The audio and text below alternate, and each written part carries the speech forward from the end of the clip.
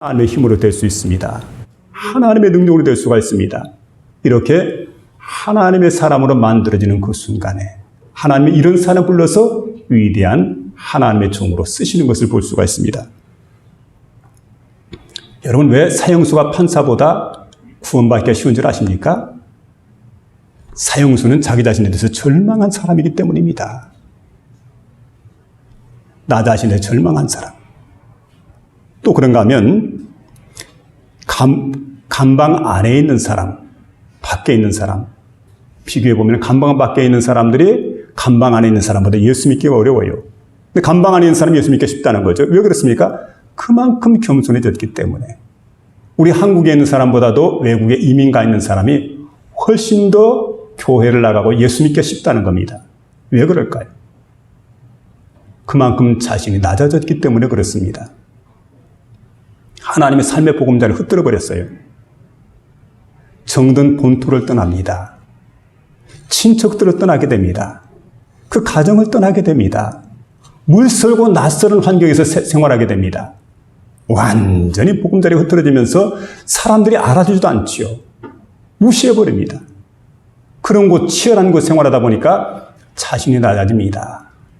그리고 내 힘으로 살아갈 수 없다고 생각하면서 하나님을 찾기 시작할 때, 그때 하나님께서 그런 사람들을 은혜를 베푸시고 만나주시고 그런 사람들과 동행해 주시는 그런 역사가 나타나는 것을 볼 수가 있습니다. 야고보서 4장 6절에 보니까 그러나 더욱 큰 은혜를 주시나니 그러므로 일렀을 때 하나님이 교만한 자를 물리치시고 겸손한 자에게 은혜를 주신다 하였느니라. 이렇게 말씀해 주고 있습니다. 여러분, 교만한 마음을 버리고 겸손한 마음을 갖기 위해서 하나님께서 우리를 광야 길을 걷게 하신다. 이 사실을 믿으며 살아갈 수 있기를 주의 이름으로 부탁을 드립니다. 두 번째는 순종하게 하시려고 하는 말씀인데 2절 하반절에 보니까 너를 시험하사 내 마음이 어떠한지 그 명령을 지키는지 아니 지키는지 알려 하심이라. 이렇게 말씀해 주고 있는데 하나님은 때때로 그의 택한 백성들을 시험을 하게 됩니다. 그러니까 우리도 시험하신다는 말씀이에요. 어떤 날 하나님이 아브라함을 찾아왔습니다. 아브라함아, 예 하나님. 너 이삭을 사랑하느냐? 아, 사랑하다 마다요.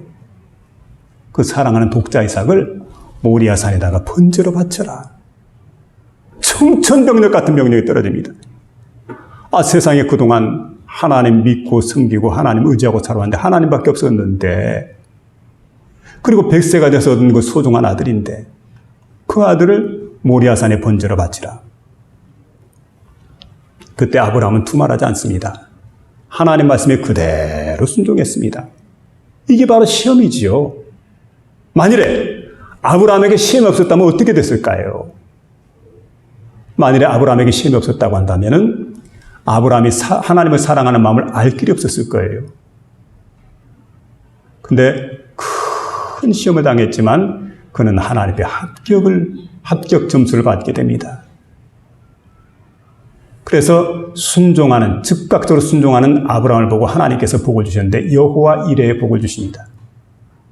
오늘 이스라엘 백성들 마찬가지죠. 광야의 길을 걷게 하신 것은 바로 이스라엘 백성을 시험하기 위해서 광야의 길을 걷게 하십니다.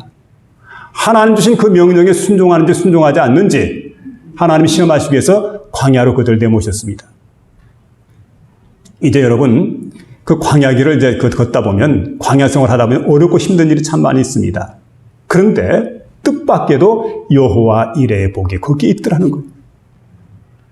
우리가 인생 광야 길을 걷다 보면은 어렵고 힘든 길이 많지만은 거기에는 뜻밖에도 여호와 이레의 복이 반드시 있다는 것을 기억하면서 나가시길 바랍니다.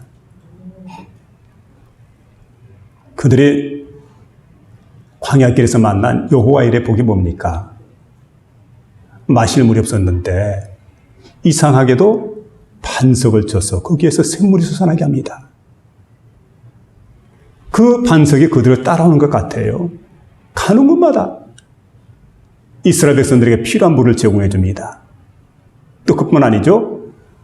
먹을 것이 아무것도 없고 식물이 없는데 하나님께서는 하늘에서 만나를 내리십니다. 여호와 이레의 복이죠. 낮에 뜨거운 떼약볕 가운데 더워서 타 죽을 지경인데 하나님께서는 하늘에서 이렇게 구름 기둥으로 이렇게 덮어주십니다. 또 밤에는 너무 추워서 잠을 잘 수가 없는데 하나님께서 하늘에 그 불기둥으로 이스라엘 백성들을 덮어주십니다. 그런 하나님의 은혜. 40년 동안 입어도 헤어지지 않는 옷, 40년 동안 신어도 떨어지지 않는 신발, 세심한 배려를 하나님께서 해주셨는데 이게 바로 여호와 일의 복이에요. 하나님 말씀을 믿고 순종하고 의지하게 될 때 하나님 여호와께서 우리에게 여호와 일의 복을 주신다는 사실을 믿으며 나가시길 바랍니다.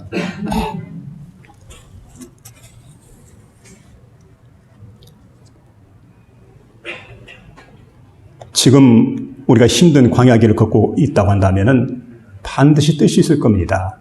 왜 하나님께서 우리에게 힘든 광야길을 걷게 하실까? 우리를 얼마나 우리가 얼마나 하나님을 사랑하는지, 얼마나 하나님께 순종하는지 그 여부를 하나님께서 알기를 원하십니다. 그리고 얼마나 우리 신앙이 순수한지, 진실한지 하나님은 지금 우리를 시험하고 계십니다. 그래서 여러분, 하나님 명령에 절대적으로 순종하는 태도가 필요합니다. 오늘 1절에 보니까 이렇게 말씀하지요. 내가 오늘 명하는 모든 명령을 너희는 지켜 행하라. 그리하면 너희가 살고 번성하고 하나님께서 너희의 조상들에게 맹세하신 땅에 들어가서 그것을 차지하리라. 살고 번성하고 차지하리라. 이와 같은 약속의 말씀을 우리에게 들려주고 있습니다. 순종하는 백성을 향한 이것이 바로 하나님의 뜻입니다. 여러분은 진정으로 하나님께 순종합니까? 보통 때 순종하는 것은 아무나 할 수 있습니다. 평범할 때 순종하는 것은 쉽습니다. 그런데 어려울 때 순종하는 것, 이게 힘들지요. 하나님은 언제나 우리가 순종하기를 원합니다. 항상 순종하는 자가 되기를 원합니다. 하나님은 광야의 길을 통해서 우리의 순종 여부를 갖다 측정해 보시고 그 후에 약속의 땅 가나안으로 들어가게 해주겠다 약속해 주시고 있습니다.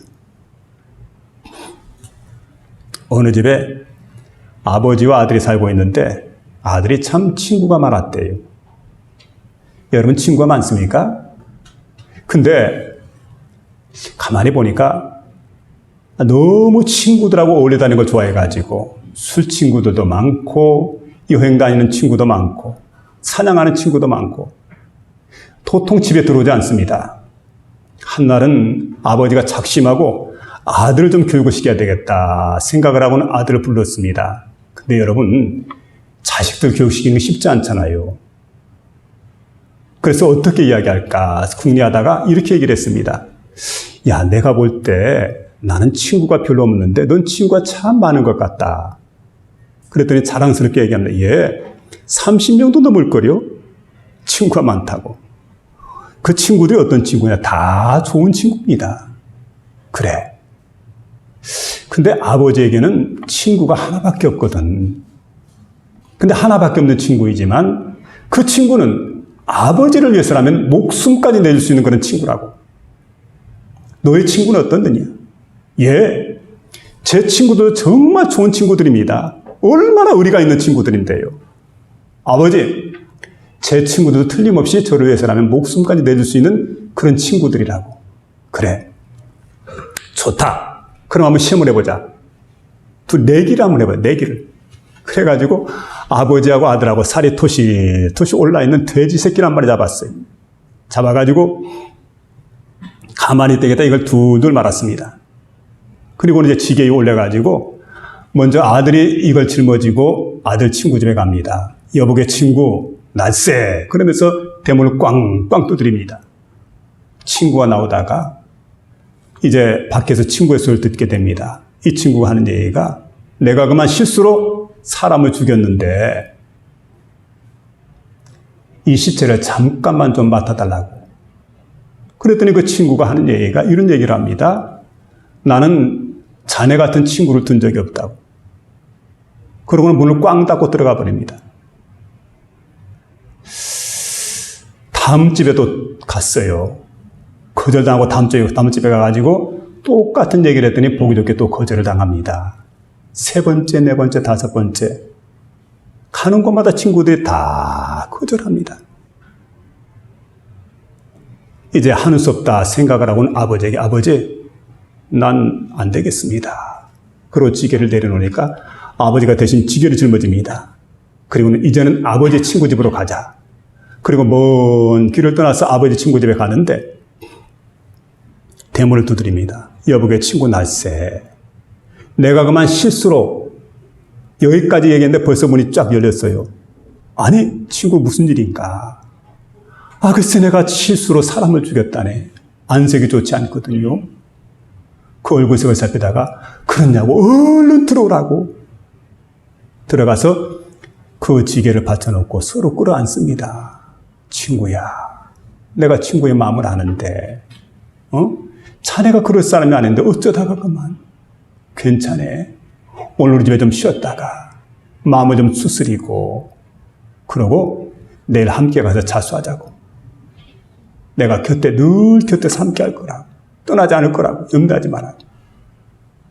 그랬더니 아들에게 숨어서 지켜보고 있는 아들에게 수신호를 보냅니다. 아들이 아버지 곁에 다가오게 됩니다. 봐라. 이분이 바로 내 친구란다.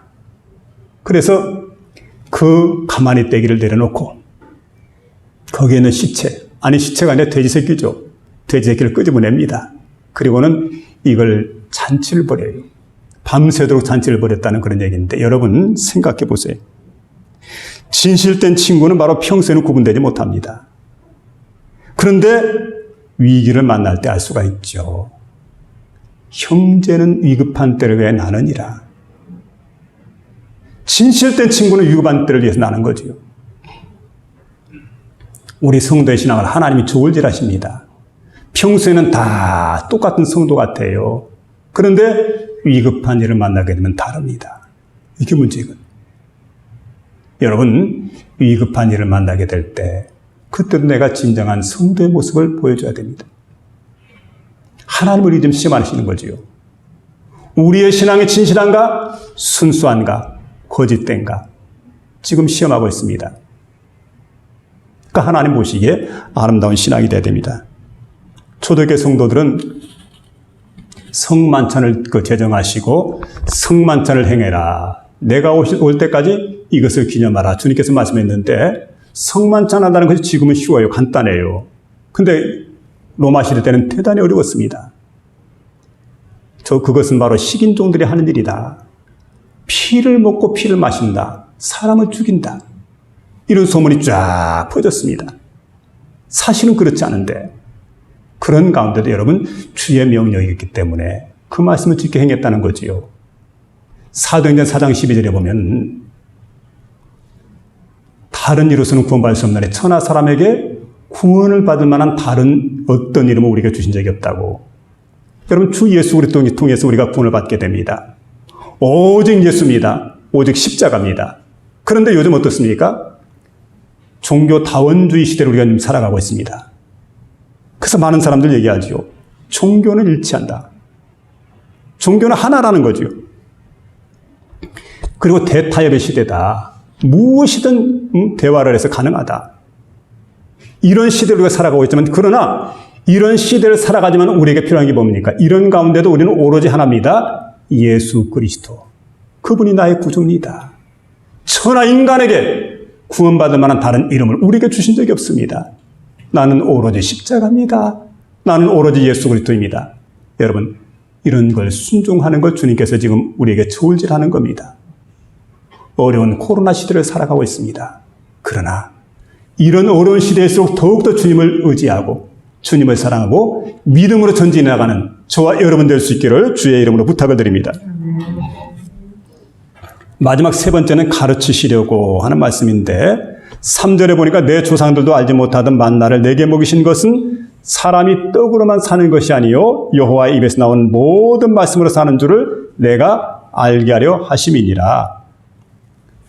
하나님은 그 백성들이 밥만 먹고 잘 입고 잘 살고 잘 쓰고 이렇게 사는 것만 원치 않습니다. 하나님은 이스라엘 백성들이 하나님의 말씀을 듣고 순종하는 것을 원했습니다.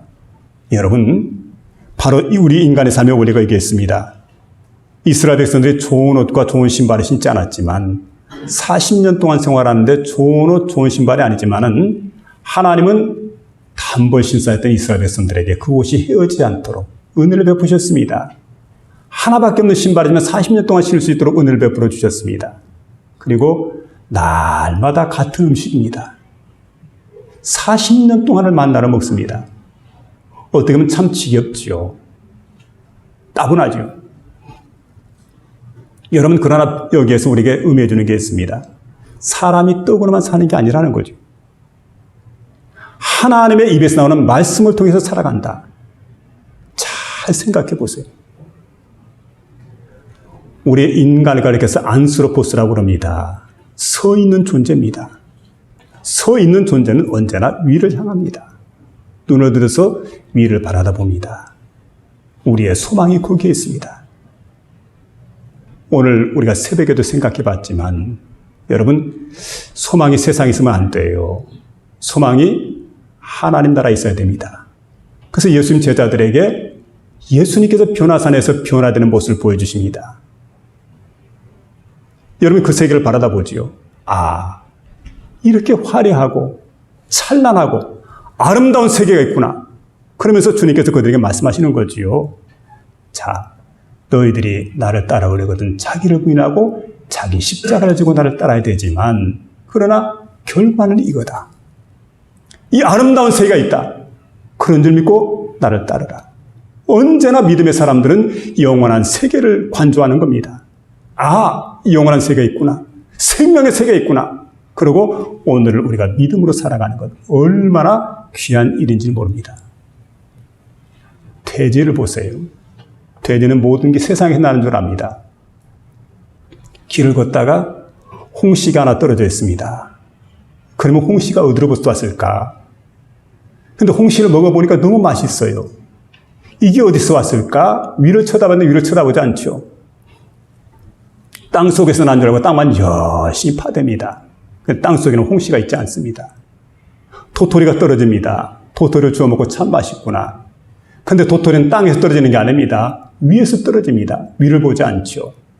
온갖 귀한 것, 값진 것, 좋은 것들이 위에 계신 하나님께서 우리에게 주시는 겁니다. 근데 우리는 위를 봐야 되는데 위를 보지 않고 땅만 쳐다봅니다. 여러분, 땅만 바라보는 그런 존재가 아니라 위를 보며 살아가는 그런 복된 존재가 될 수 있기를 주의 이름으로 부탁을 드립니다. 하나님의 광야 생활 40년 동안 이걸 가르치는 거예요. 온갖 귀한 것들, 온갖 좋은 것들, 온갖 은혜로운 것들은 바로 세상에서 주어지는 게 아니야. 위로부터 내려오는 거야. 하늘로부터 내려오는 거야. 날마다 하늘을 바라보는 존재가 되게 하려고 하나님께서 이렇게 놀라운 은혜로 가르쳤던 걸 보게 됩니다. 하나님은 그러신 분입니다. 어떤 소녀아이가 길가에서 과일을 팔고 있었답니다. 근데 지나가던 손님이 가만히 보니까 아니, 과일을 파는 아이가 과일 팔 생각은 하지 않고 뭔가 책을 열심히 읽고 있어요. 골똘히 책을 읽고 있길래 지나가다가 한마디 합니다. 야, 아니 너는 손님이 왔는데 손님이 온 것도 참 모르고 무슨 책을 그렇게 열심히 읽느냐고. 그랬더니 퍼뜩 대답을 합니다. 예, 손님 미안합니다. 제가 금방 하나님 말씀인 성경을 읽다가 너무 중요한 부분이 있어서 심취해가지고 손님이 오는 줄 몰랐다고. 미안하다고. 근데 그 손님은 무신론자입니다. 야, 그 책을 갖다가 누가 하나님 말씀이라고 가르쳐줬더냐. 세상에 하나님 말씀이 어디에 있어? 그러니까 이 아이가 이렇게 대답을 합니다. 예,